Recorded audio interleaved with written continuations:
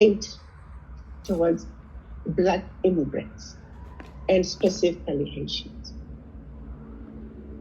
I understand that there was a situation that arose to do with hate against Asians, and the bill was raised and approved because the Asian community came together and spoke against it. And so we have a bill against hate towards Asians. There's a bill that's in place that goes against discrimination against Black people. And so we must continue to push on that. However, to dilute the issue at hand and continue to speak in general terms of hate against Black people, what's happening now, if you speak with an American accent in Springfield, you're less likely to be targeted. But if you speak with an accent, you're more likely to be victimized, and you're more likely to be yelled at and told to go back. So yes, we must speak against discrimination and hatred of Black people. But this moment I felt that we needed to be clear about why this call had to be made. What's happening to Haitians in Springfield is unacceptable.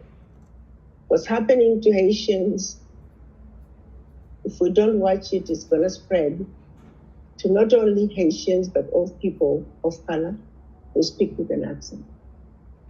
We must highlight the issues pertaining to being an immigrant in this country. I had a conversation, I called my vice president for ADDI. He's African American, and I wanted to bounce this issue to him. And I asked him how he felt about having a meeting to talk about specific hate towards Black immigrants. His answer was an immediate, no, we cannot separate each other. We must look at all Black people. But after I took my time, I said, let me explain to you what it's like to be an immigrant. I gave him an example of myself coming to this country with no friends, no relatives, no one. Myself and my little suitcase. I didn't know anybody. I had no one to turn to when I had issues. Quite often, as an undergraduate, you're also mixing with a lot of young people who they themselves are not exposed to the world. And so with my accent, there were some who made fun of me because of the way I spoke. Some of them didn't quite understand me, so rather than try to understand me, they would disregard anything I have to say. I was ridiculed by being asked stupid questions like, do Africans still eat human beings? Do you live in a tree? And so imagine coming into such a world. Imagine starting from so far away in a strange country. And if you're not so lucky, the abuse continues. And so while we would like to consider ourselves equal, I liken it to, and this is where I was able to get my VP to begin to look at what I was trying to say. Imagine myself, a Black woman, an African American woman, and a white woman. We apply for a job, and the job is calling for a woman. Some would like to say, well, you're all women, so you are equal. But the reality is, no, we're not equal. When you look at the white woman, she simply has to prove herself as being capable of holding the position. But when it comes to the Black woman, African American, and then, of course, an African, the African American has to work twice as hard in order to be at the same level or to be considered to be at the same level as the white American woman. Let's go down to the African. The African has to overcome the issue of being a foreigner, talking with an accent. Then she has And then once she gets over that, she might be at the same level as the African American, who already has an advantage by virtue of being American, and she speaks with an American accent, which is acceptable. And then after that, then the two of them she has to work, the African immigrant woman has to work 3 times as hard just to be at the same stage as the white woman. So to assume that these 3 women are equal is wrong. We're not equal. As much as we might want to look at ourselves as equal, when we go for that job application, there are certain roadblocks that an immigrant has to go through. And let's be realistic about that. Let me use another example as well, and I want to make sure that we understand why this moment is important and that we must focus on what is happening to the Haitians and to the African immigrants. I often make a case to say, we like to say, oh, we're all Africans and we're equal, African Americans, Afro-Latino. I say to the African heads of states, I say to the ministers, we're not equal. Because you cannot paint us with the same brush. Let's take, for example, myself and my African American sister, we decide to go to Africa. When we get to Africa, they're going to say, where's your passport? I'll pull out my African passport. What's going to happen to my sister, who is African American? I can walk into Africa. I have certain rights that automatically come with me because I'm from Africa. My African American sister does not have the same privileges that I have by virtue of being an African. So you can't just look at us and say, oh, you're 2 African women, you're equal.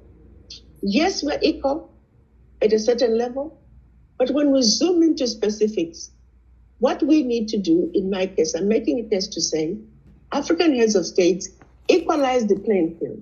Let's come up with an African passport.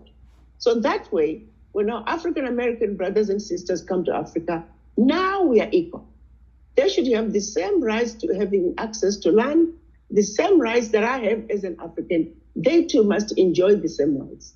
Until that is done, yes, we're equal at a certain level, but at a certain level, we're not equal. And that equality must be achieved. I'm giving you these examples to say, for those of you who might say, well, why don't we just talk about Black hate in general? Yes, we should, but this moment is calling for hate specifically against Black immigrants and, more importantly, the Haitians. But if we don't highlight this issue for what it is, we risk losing the gravitas of the moment and address the issue that must be addressed. So I wanted to make sure that was very clear because I had quite a few conversations and people seemed to struggle with that issue. So it is today, I'm here to share with you what I feel is a position that we must look at in a united way. Quite often, we are not heard because we are not united. We forget sometimes that for us to succeed in whatever it is that we do, our communities must also thrive. So at a community level, we must work together. We understand the issues pertaining to the community. Because at the end of the day, they affect your ability to feed your children, to buy a better home, to live in a community that is safe. Because you also went out of your own household and began to get involved with what it is that was happening around you. This moment was happening in Springfield is a moment that we must all stop and participate and do your part to make sure that we get a bill in Congress that's going to specifically go and speak to hate against Black immigrants. We have immigrants from other parts of the world. Yes, we have Mexicans. They are also having their challenges. But the Mexicans are very organized. They have their own groups that are advocating for them. We don't have an organization that's really advocating for us in any meaningful way. We have the Congressional Black Caucus, haven't really followed them much, but they don't seem to be doing as much as they otherwise could do. So the question then becomes, where do we go from here? What do we do? How bad do things have to get, like they are in Springfield, before we also come together and realize that we are one, that we must come together and send a strong message to the Haitian community to let them know that we are with you, that we feel your pain, that we understand what you are going through, and that we will stay with you, we will stand with you, and let's make sure that we get a bill sent to Congress that's going to specifically say enough is enough. It's going to get worse. It's going to get worse for Black people, period. But it's going to get even worse for Black immigrants. What I have seen and witnessed as the abuses that are being meted to the Haitians, I can't even imagine what it's like to live in Springfield today, to be the target of such hate from such a high level. It is absolutely scary.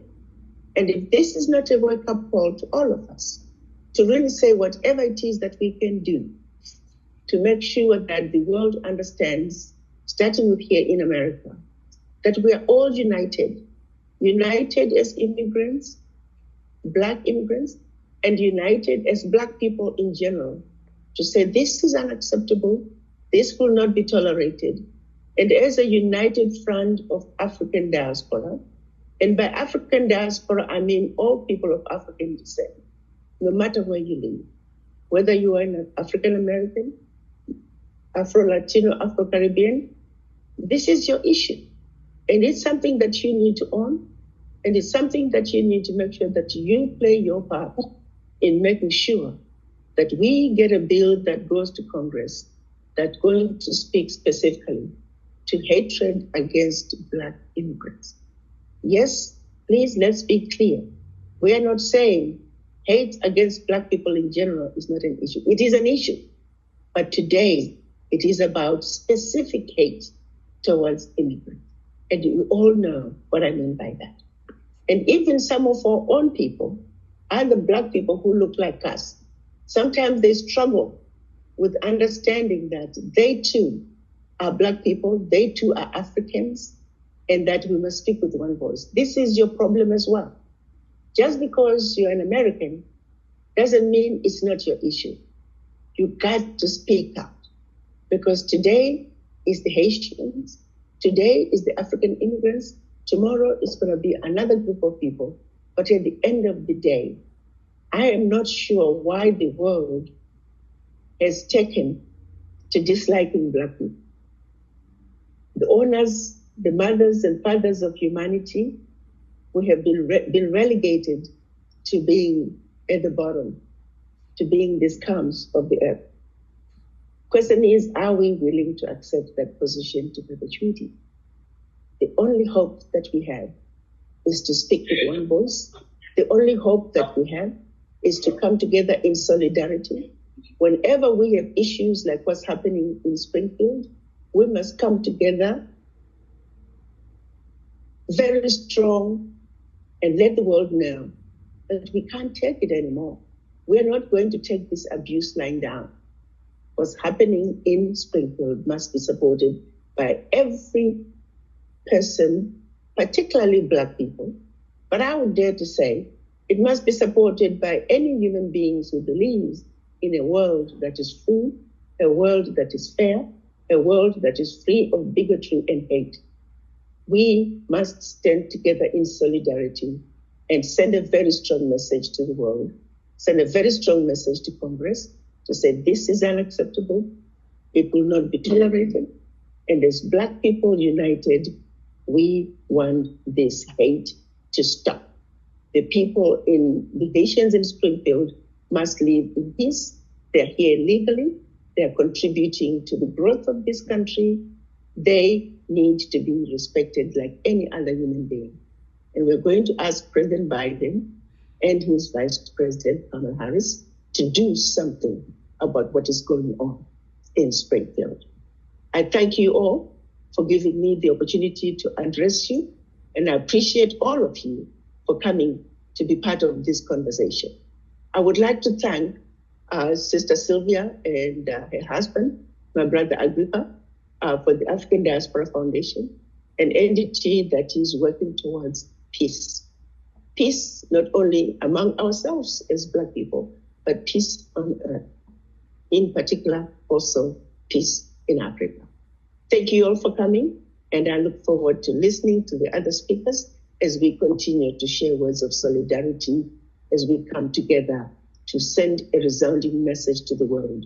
Stop the hate towards Haitians, stop the hate towards Black immigrants, stop the hate towards Black people, period. End of story. We demand that unapologetically. Thank you. Have a wonderful evening.